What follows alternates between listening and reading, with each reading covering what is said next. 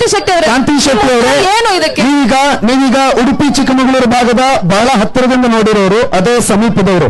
ಉಡುಪಿ ಚಿಕ್ಕಮಗಳೂರಿನಲ್ಲಿ ನಿಮ್ಮದೇ ಬಿಜೆಪಿ ಕಾರ್ಯಕರ್ತರು ಗೋಬ್ಯಾಕ್ ಅಂದಿರುವಂತ ಶೋಭಾ ಕರಂದ್ಲಾಜೆ ಅವರನ್ನ ಬೆಂಗಳೂರು ಕರ್ಕೊಂಡ್ಬಂದ್ರಿ, ನಿಮ್ಮವರು ಗೋಬ್ಯಾಕ್ ಅಂದ್ರು. ಅಂತದ್ರಲ್ಲಿ ಅವ್ರನ್ನ ಗೆಲ್ಸೋದಕ್ಕೆ ಸಾಧ್ಯ ಆಗುತ್ತೆ ನಿಮ್ಗೆ? ಖಂಡಿತ ಸಾಧ್ಯ ಇದೆ. ಇದು ಪಕ್ಷದ ಆಂತರಿಕ ವಿಚಾರ. ಒಂದು ಮಾತಿಲ್ಲಿ ಹೇಳ್ತೀನಿ, 2009ರಲ್ಲಿ ST ಸಾಂಗ್ಲಿಯಾನ 4,72,000 ಇದೇ ಬೆಂಗಳೂರು ಉತ್ತರದಲ್ಲಿ ತಗೊಂಡು 2014ರಲ್ಲಿ DB ಚಂದ್ರೇಗೌಡ ಅವರು ಕೂಡ 4,52,000 ಓಟ್ ತಗೊಂಡ್ರು.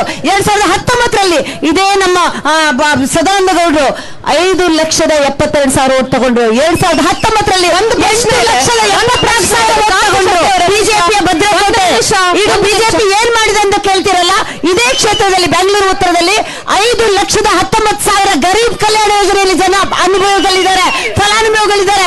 ಒಂದೊಂದು ಲಾಭಾರ್ಥಿಗಳ ಜೊತೆ ನಾವು ಸಮಾವೇಶ ಮಾಡ್ತಾ ಇದೀವಿ, ಒಂದೊಂದು ಮನೆಗೆ ಹೋಗ್ತೀವಿ. ಶೋಭಕ್ಕ ಅಮ್ಮ ಅವರು ಏನ್ ಕೆಲಸ ಮಾಡಿದ್ದಾರೆ ಅಂತ ನೋಡ್ತೀವಲ್ಲ, ಮುಂಬರುವುದರಲ್ಲಿ ನೀವು ಅದನ್ನು ನೋಡ್ತಿದ್ದೀರಾ. ಒಂದು ಮಾತು ಇಲ್ಲಿ ಸ್ಪಷ್ಟವಾಗಿದೆ, ಜನರಿಗೆ ಇಲ್ಲಿ ಗ್ಯಾರಂಟಿಗಳಂತ ಮಾತಾಡ್ತೀವಲ್ಲ, ಗ್ಯಾರಂಟಿಯ ಭ್ರಮೆಯಲ್ಲಿ ಬದುಕ್ತಾ ಇದ್ದೀರಾ ನೀವು. ಇವತ್ತು ನಾನು ಹೇಳ್ತಿದ್ದೀನಿ ಕೇಳಿ, ಒಂದು ಗ್ಯಾರಂಟಿ ಅನ್ನೋದಿದೆಯಲ್ಲ ನೋಡಿ, ಒಂದು ಕಡೆ 2,000 ರೂಪಾಯಿ ಹೆಣ್ಮಕ್ಳಿಗೆ ಕೊಡ್ತೀರಾ, ಇನ್ನೊಂದು ಕಡೆ ಗಂಡನಿದ್ರೆ 4,000 ರೂಪಾಯಿ ಕಿತ್ಕೋತೀರಾ. ಒಂದು ಕಡೆ ಬಸ್ಸಿಗೆ ಹೆಣ್ಮಕ್ಳಿಗೆ ಫ್ರೀ ಕೊಡ್ತೀರಾ, ಗಂಡಸರಿಗೆ ಬಸ್ಸಿಗೆ ಜಾಸ್ತಿ ದೇಶದ ಜನತೆ ನೋಡ್ತಾ ಇದ್ದಾರೆ. ಒಂದಂತೂ ಸ್ಪಷ್ಟವಾಗಿದೆ, ಇವತ್ತು ಬಿಜೆಪಿ ಅನ್ನೋದು ಇಡೀ ರಾಜ್ಯದಲ್ಲಿ ಇದು ದೇಶದ ಚುನಾವಣೆ, ದೇಶದ ಚುನಾವಣೆ.